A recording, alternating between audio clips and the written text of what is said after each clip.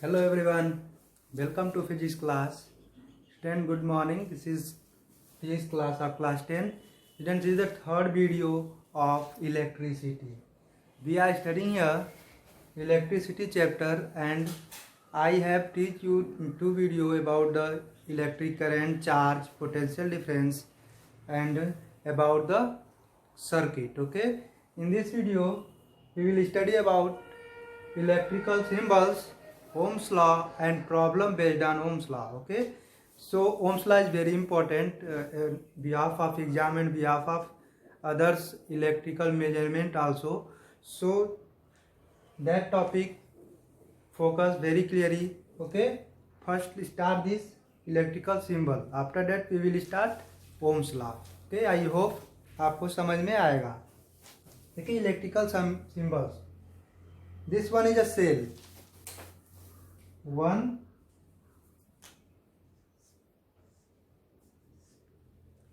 this is the symbol of cell. This long terminal is positive terminal and this small terminal is negative terminal.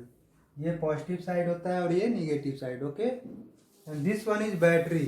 Means you add two or more than two cells. If you add or connect two or more than two cells, it become a battery. आप जब दो या दो से ज़्यादा sales को add कर देंगे, ठीक है, ऐड करके क्या बना देंगे, एक बैटरी बना सकते हैं. ओके, तो बैटरी क्या होता है, कॉम्बिनेशन ऑफ टू और more than two cells. Okay, third one is this is wire, this is wire and this is another wire. एंड यहाँ पे जो आपका पॉइंट दिखाया गया है वो वायर ज्वाइंट है. क्या है, वायर ज्वाइंट मीन्स एक वायर है और इस पे आप एक और वायर ऐसे लगा दिए तो इस पे क्या है, ज्वाइंट है. इसको कहीं भी ज्वाइंट कर सकते हैं, इसको ऐसे भी ज्वाइंट कर सकते हैं, ऐसे भी कर सकते हैं, कहीं भी ज्वाइंट कर सकते हैं. ठीक है, तो इस टाइप का वायर आपका, एक वायर कहीं भी आपको इलेक्ट्रिक सर्किट में दिखेगा और उस पर सेकेंड वायर ऐसे अटैच होगा अगर, ठीक है, डायरेक्टली, तो उसको हम कनेक्टिंग बोलेंगे, ज्वाइंट बोलेंगे. ठीक है, बट इन हायर क्लास उसको हम एक अलग टर्म्स देते हैं, इम्पोर्टेंट टर्म्स, उसको ध्यान रखिएगा. हायर क्लास में आपको बताया जाएगा इस पॉइंट को, इस ज्वाइंट को हम क्या बोलते हैं. ठीक है, तो उसको माइंड में रखेंगे कि क्या बोलते हैं. That is node. Node students सबसे इंपॉर्टेंट होता है जब आप कॉम्बिनेशन ऑफ सर्किट पढ़ते हैं, पैरेलल एंड सीरीज कॉम्बिनेशन, जब उसको आप सॉल्व करने चलते हैं. ठीक है, तो उसमें नोड का बहुत बड़ा इंपॉर्टेंट होता है. अगर नोड काउंट करने में, नोड को समझने में आप मिस्टेक कर देंगे तो पूरा आपका इक्विवेलेंट रेजिस्टेंस या फिर पोटेंशियल डिफरेंस या फिर करंट आप जो भी कैलकुलेट कर रहे होंगे वो रॉन्ग आ जाएगा. ओके, तो नोड को बहुत क्लियरली हम लोग समझेंगे. पहले अभी फिलहाल के लिए आप समझ लीजिए कि नोड क्या होता है. जब दो वायर होते हैं वहाँ पे एक ज्वाइंट होता है. ठीक है, वायर जब ज्वाइंट होता है उस पॉइंट को हम क्या बोलते हैं, नोड्स बोलते हैं.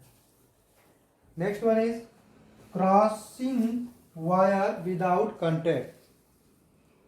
क्रॉसिंग वायर विदाउट कंटेक्ट, इसको शो करने के लिए आप क्या करेंगे, एक वायर है ये, ठीक, इसके ऊपर इस तरह से आपको शो करना है. अगर डायरेक्ट शो खींच देंगे ऐसे, अगर आप इसको ऐसे खींच देंगे तो ये कनेक्टिंग वायर हो जाएगा, इसका हो जाएगा. आपको क्रॉसिंग दिखाना है, मीन्स दोनों वायर एक दूसरे से कांटेक्ट में नहीं है. ठीक है, तो आप 2D में तो ऐसे दिखा नहीं सकते, तो इसलिए आप इसको ऐसे करेंगे और वायर को थोड़ा सा ऐसे करके आप दिखा देंगे. इसका मतलब ये होगा कि दोनों में कोई भी कांटेक्ट नहीं है, मीन्स ऐसे दूर दूर है. ठीक है, कहीं दूर दूर है, वो दोनों आपस में टच नहीं है. तो ये आपका क्रॉसिंग वायर के लिए हो जाएगा. Next one is fixed resistance.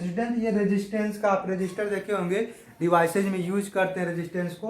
तो फिक्स्ड रेजिस्टेंस मीन्स वो 220 ओम 100 ओम जो भी होता होगा वो फिक्स आता है. ठीक है, तो उस टाइप का आपको जो भी रेजिस्टेंस आप यूज करेंगे सर्किट में उसको ऐसे शो करेंगे. Done, fixed resistance. बट वही कुछ डिवाइसेज में जैसे रेगुलेटर, आप फैन यूज करते हैं, फैन में क्या होता है, रेगुलेटर होता है, करंट कंट्रोल डिवाइस. आपको यूज उसमें क्या होता है, रेगुलेटर को आप कम ज़्यादा कर सकते हैं. आपका फैन स्लो एंड फास्ट हो सकता है रेगुलेटर से कंट्रोल. ठीक है, वैसे ही उसमें क्या यूज करेंगे, वेरिएबल रेजिस्टेंस. उसमें क्या यूज करेंगे स्टूडेंट, वेरिएबल रेजिस्टेंस का यूज करते हैं, और वेरिएबल रेजिस्टेंस को रियोस्टेट बोलते हैं। और इसका यूज आप देखेंगे आपके स्कूल लैब में मिल जाएगा ये रियोस्टेट, ठीक है। ओम्स लॉ के प्रैक्टिकल में आप इस डिवाइस को आप देख पाएंगे कि रियोस्टेट होता कैसा है, कैसे रेजिस्टेंस को कम ज़्यादा किया जाता है, कैसे वेरिएबल रेजिस्टेंस क्रिएट किया जाता है। ओके, तो वेरिएबल रेजिस्टेंस और रेजिस्टेंस में यही सिर्फ डिफरेंस है कि रेजिस्टेंस का साइन बनाना है और उसको एक क्रॉस एरो दिखा देना है। ऐसा आपको जहाँ भी दिखेगा आप समझ जाइएगा कि क्या है, वेरिएबल रेजिस्टेंस है। ओके, तो ये कुछ इंपॉर्टेंट पॉइंट्स है about the electrical symbols. But इसके अलावा और भी होता है, जैसे कि आपका इलेक्ट्रिकल सिंबल आप में ये बल्ब का इस टाइप का आपका होता है ना, इस टाइप का आपका बना हो तो ये समझ जाएंगे बल्ब है। डन। इस टाइप का क्या होता है, मीटर का होता है, गैल्वेनोमीटर ऐसे करके लिखा होता है, वोल्ट मीटर ऐसे करके लिखा होता है, ठीक है। तो इस टाइप का डिवाइस भी, स्विच का एक स्विच का फिगर होता है, स्विच का देखिए ऐसे भी होता है फिगर, ये ओपन स्विच है, और इसी को ऐसे कर देंगे, यहाँ पे टच कर देंगे तो ये क्लोज स्विच हो जाएगा, ठीक है। और एक और होता है की, दिस वन इज ए की, के लिखते हैं, या फिर इसको ऐसे कर देंगे तो ये भी एक की का सिंबल है, और ये क्लोज है ना, ये पॉइंट जो आपने इसे करके दिखाया है बीच में, ये क्लोज सर्किट है, ये भी क्लोज सर्किट है, ये ओपन सर्किट है। और आपको पता है कि क्लोज सर्किट में ऑलवेज, क्लोज सर्किट में ही करंट फ्लो करेगी और ओपन सर्किट में नहीं करेगी। तो जहाँ भी आप ओपन सर्किट देखेंगे वहाँ तुरंत कोई कैलकुलेशन नहीं करेंगे, उसको छोड़ देंगे वैसे ही। क्यों? क्योंकि ओपन सर्किट में कभी भी करंट फ्लो नहीं करती है, हमेशा क्लोज सर्किट में करती है। ओके, तो student these are the symbols of electrical. Okay, now let's start Ohm's law, very important topic. Okay,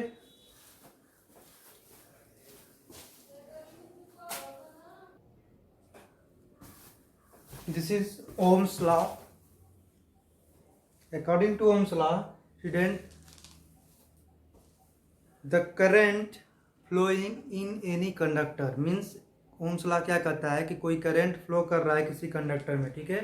the current flowing in any conductor is directly proportional to the potential difference between ends, means ये wire है, conductor है, ठीक है। इसके बीच में जो current flow कर रहा है, करंट जो फ्लो हो रहा है, ओके, करंट फ्लो एक पॉइंट से दूसरे पॉइंट पे जो करंट फ्लो हुआ वो डायरेक्टली प्रोपोर्शनल किसके होगा, पोटेंशियल डिफरेंस के। मीन्स इसमें जो पोटेंशियल डिफरेंस प्रोवाइडेड किया गया होगा उसके डायरेक्टली प्रोपोर्शनल होगा। मीन्स पोटेंशियल डिफरेंस ज़्यादा प्रोवाइड करेंगे तो करंट क्या है, ज़्यादा फ्लो होगा, और पोटेंशियल डिफरेंस को कम प्रोवाइड कराएंगे उसमें तो करंट क्या होगा, कम फ्लो होगा। ओके, तो वही आपका डिफिनीसन है। लेकिन एक कंडीशन क्या है, at a constant physical condition temperature, means किसी भी डिवाइस का टेम्परेचर बढ़ा दे, ठीक है, तो उसका जो वर्किंग होगा वो थोड़ा चेंज हो जाएगा। उस पर प्रेशर पे मीन्स बहुत ज़्यादा हाइट पे ले जाएं तो भी चेंज हो जाएगा। अगर इसका आप डेली लाइफ में अपना एग्जांपल देखेंगे तो आपका दिमाग, ठीक है, दिमाग पे ज़्यादा प्रेशर डालिए तो थोड़ा कम काम करने लगता है, ठीक है। और वैसे ही खूब गर्मी में, हॉट में आपको काम करना हो टेम्परेचर में, तब भी आपको प्रॉब्लम होने लगती है। ओके, तो सेम ईयर ओम्स लॉ कहते हैं कि कांस्टेंट फिजिकल कंडीशन होना चाहिए टेम्परेचर। तो आप ये देखिए, आप राइट कर दिया हूँ डिफिनीशंस, आप एक बार इसको नोट कर लीजिए। This is the Ohm's law. Ohm's law state that the current flowing, current को ऐसे डिनोट करते हैं, current flowing through a conductor is directly proportional to the potential difference across its end, ठीक है, वायर के and तक, इस and से इस एंड तक, across its ends provided the temperature and physical properties of conductor remains unchange, उसको change नहीं करना है। डन, तभी ये आपका प्रॉपर्टी, आपका ये ओम्स लॉ होल्ड करेगा। और इसके अकॉर्डिंग आपका क्या होगा, इसके अकॉर्डिंग देखिए, आई प्रोपोर्शनल टू बी, यही तो बोला है पूरा डिफिनेशन में, आई प्रोपोर्शनल टू बी। और इसको हम और क्या लिख सकते हैं, और बी प्रोपोर्शनल टू आई, ऐसा भी हम राइट कर सकते हैं, V proportional to I and V equal to proportional sign आप हटाएंगे तो कोई कांस्टेंट लगाते हैं, ठीक है। तो इसमें कांस्टेंट क्या होगा, किसकी बात कर रहे हैं, ओम्स लॉ की बात कर रहे हैं। तो इनका कांस्टेंट जो है वो क्या है, रेजिस्टेंस आर आई। ये आपका फॉर्मूला बनता है, नीचे लिख लेंगे where R is proportionality constant. R is proportionality constant. R क्या है, प्रोपोर्शनैलिटी कांस्टेंट है। तो इसका आपका फॉर्मूला बनता है V equal to R I I C को हम पढ़ते हैं बड़े अच्छे से, V equal to I R. ये हमको थोड़ा सिंपल लगता है पढ़ने में, V equal to I R. Okay, तो ये ऐसे फॉर्मूला इसका बनता है V equal to I R, क्योंकि I प्रोपोर्शनल टू V, तो V प्रोपोर्शनल टू I भी हो सकता है। जब प्रोपोर्शनलिटी कांस्टेंट हटाएंगे तो एक कांस्टेंट का साइन लगाएंगे, और कांस्टेंट का साइन क्या होगा, R, ठीक है, according to Ohm's law. Ohm's law, Ohm's किसका आपका यूनिट होता है, ओम्स रेजिस्टेंस का यूनिट होता है, ठीक है। इन्होंने रेजिस्टेंस को ही डिफाइन किया था अच्छे से। तो ओम्स लॉ का क्या है, R कांस्टेंट रहेगा, R is the proportionality constant, V equal to I R, ये फार्मूला हो गया, ठीक है। तो इसको आप नोट डाउन कर लीजिए, इसके बाद का इसके और आगे का देखते हैं भी। ओके, इसको नोट कर लीजिए, मैं हटा हूँ।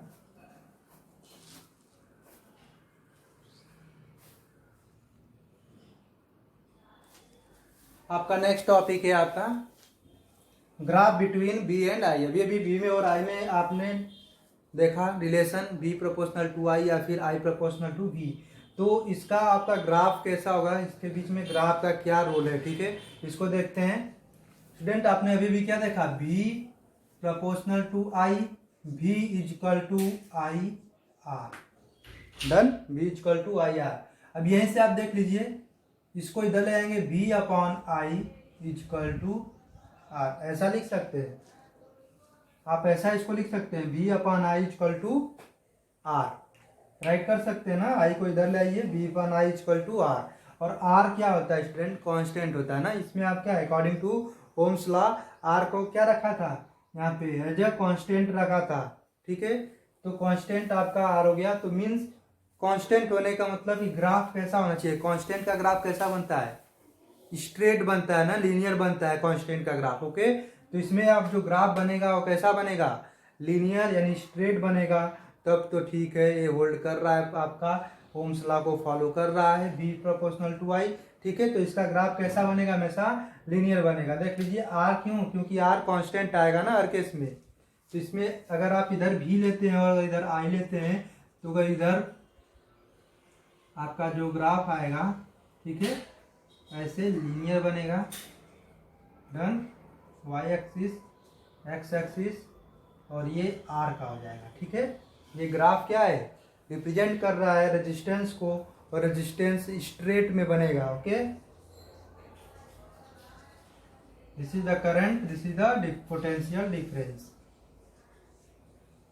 तो ये आपका कहीं भी आप इस टाइप का, अगर वेरिएबल रेजिस्टेंस नहीं है तो ना, रियोस्टेट नहीं है, आपको कांस्टेंट रेजिस्टेंस है, तो उस केस में आपको क्या होगा, देखिएगा हमेशा स्ट्रेट लाइन आपका ऐसे ग्राफ बनेगा, ठीक है। तो ये आपका था graph between V and I. इसके बेसिस पे कुछ प्रॉब्लम है, V equal to I R यानी ओम्स लॉ के बेसिस पे आपको न्यूमेरिकल्स आते हैं। तो कुछ न्यूमेरिकल्स देखते हैं कि इस पे क्या इंपॉर्टेंट न्यूमेरिकल्स हो सकते हैं। ओके, इसको आप लोग नोट कर लीजिएगा, और प्रीवियस भी नोट कर लीजिएगा। आप स्क्रीनशॉट भी ले सकते हैं, ठीक है। मैं थोड़ा देर के लिए हटता हूँ जब, तो आप स्क्रीनशॉट भी ले लिया करिए, कोई दिक्कत नहीं है। और या फिर आप वीडियो को रोक के राइट कर लिया करिए। ओके,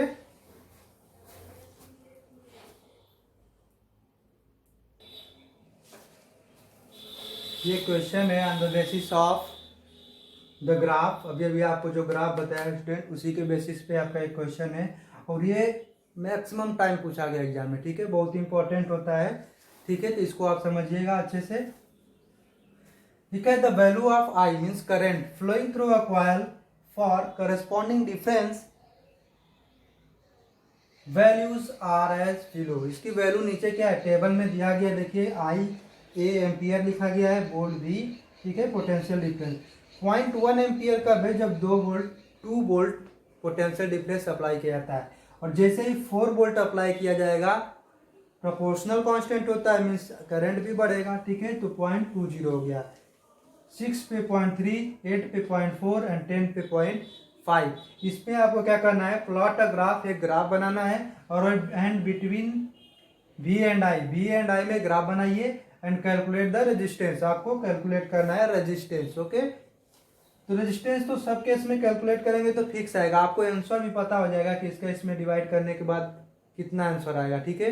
तो आपको रेजिस्टेंस तो पता चल जाएगा, बट कैलकुलेट करने का तरीका क्या है, एक्चुअली आप कैसे उसको शो करेंगे कॉपी में, वो चीज़ देखेंगे, ठीक है। आप ऐसे भी देख सकते हैं कि 10 में 0.5 का डिवाइड करेंगे तो कितना आएगा, 20 आएगा, मीन्स 20 ओम रेजिस्टेंस है। सिंपल, किसी में भी डिवाइड करके चेक कर लीजिए, 20 ओम आएगा, ठीक है। तो एक कांस्टेंट आ रहा है, तो स्ट्रेट लाइन ड्रॉ भी होगा, डन। बट आपको ऐसे ग्राफ बना लेना है V एंड I, और इसमें लाइनिंग आप अपने स्केल से कर लीजिएगा, ठीक है। मैंने इधर से 0.2, 0.3 एम्पियर्स में लिया है, इधर से वोल्टेज 1 2 3 4 5 6 इसे लिया है, ठीक है। आपको क्या करना है, 2 वोल्ट पे कितना एम्पियर, 1 एम्पियर, मीन्स ये लाइन कहाँ मिल रही है आपको, यहाँ मिल रही है, ऐसे डॉट कर लीजिए, done.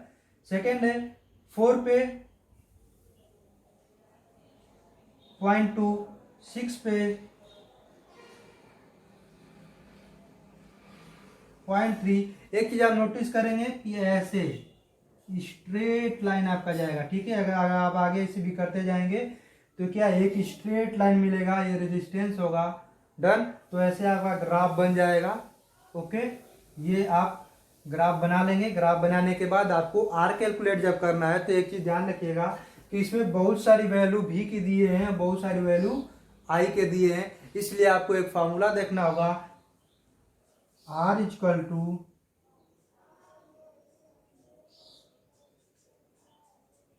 Delta V upon delta I। Delta क्या शो करता है, चेंज को, change in potential difference and change in current, means यहाँ से यहाँ तक कितना चेंज हुआ है करंट में, और यहाँ से यहाँ तक कितना चेंज हुआ है पोटेंशियल डिफरेंस में। तो ये फार्मूला आप यूज करेंगे इन सब क्वेश्चंस के लिए, ठीक है। ये आपका स्टैंडर्ड बेस होगा, आप डायरेक्ट तो कर सकते थे, लेकिन आपको ऐसे करना है, डन। तो R equal to del V कितना आएगा, डेल V मतलब चेंज, मतलब 2 से था और 10 पे चला गया, मीन्स 10 अप -2, कितना 8 वोल्ट का डिफरेंस आया है, अपॉन करंट 0.1 से कितना गया है 0.5, मीन्स 0.5 माइनस 0.1 आपका क्या आएगा 8 अपॉन 0.4, 8 अपॉन 0.4, ओके स्टूडेंट। जब आप इसको पॉइंट को हटाएंगे और कैलकुलेट करेंगे, ठीक है, तो R इक्वल टू कितना आएगा, R इज इक्वल टू कितना आएगा, देखिए 20, 4 2 जा 8, 2 टाइम्स में जाएगा, एक जीरो है तो 10 का मल्टीप्लाई कर लेंगे, ठीक है, 20 ओम। और एक चीज ध्यान रखिए, ओम का साइन कैसा होता है, ऐसे, ये रेजिस्टेंस को शो करने के लिए किया जाता है, ओम्स का साइन है, ठीक है। इसका यूनिट क्या होता है, रेजिस्टेंस का यूनिट ओम्स होता है, और इसको ऐसे शो करते हैं, ये इसका साइन है, ओके। तो ये आपका क्वेश्चन हुआ, और ये बहुत ही इंपॉर्टेंट क्वेश्चन है। मैक्सिमम टाइम मीन्स जितने भी एग्जाम्स हुए होंगे 80 टाइम्स, मतलब 80% टाइम्स क्वेश्चन जरूर आए होंगे एग्जाम में, इसलिए इसको आप ध्यान से देख लीजिएगा, इजी है ना, इजी है, ओके। अब देखते हैं ओम्स लॉ के बेसिस पे एक और क्वेश्चन, इसको नोट कर लीजिए।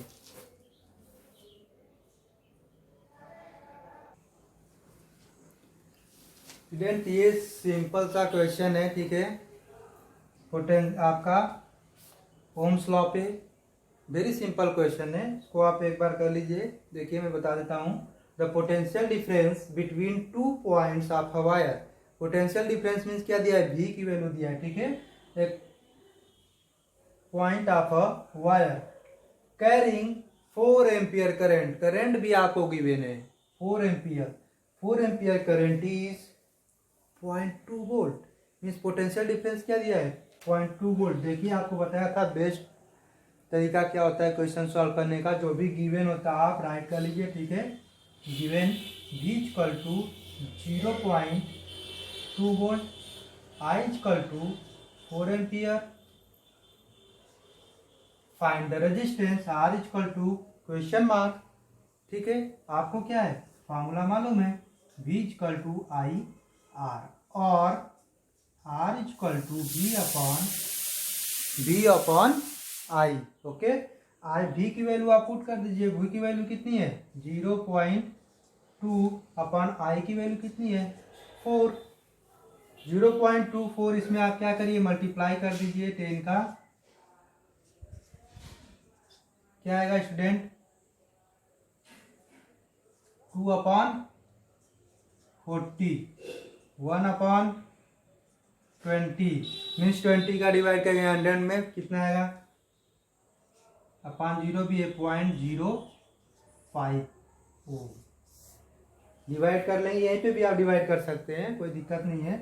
देखिए 2 तो ऑलरेडी छोटा है, 4 से डिवाइड करेंगे 0 बढ़ा के तो क्या होगा, पॉइंट तो पहले ही लगा है, एक और 0 लग जाएगा और 4 5 इज 20 होता है तो 5 आ जाएगा।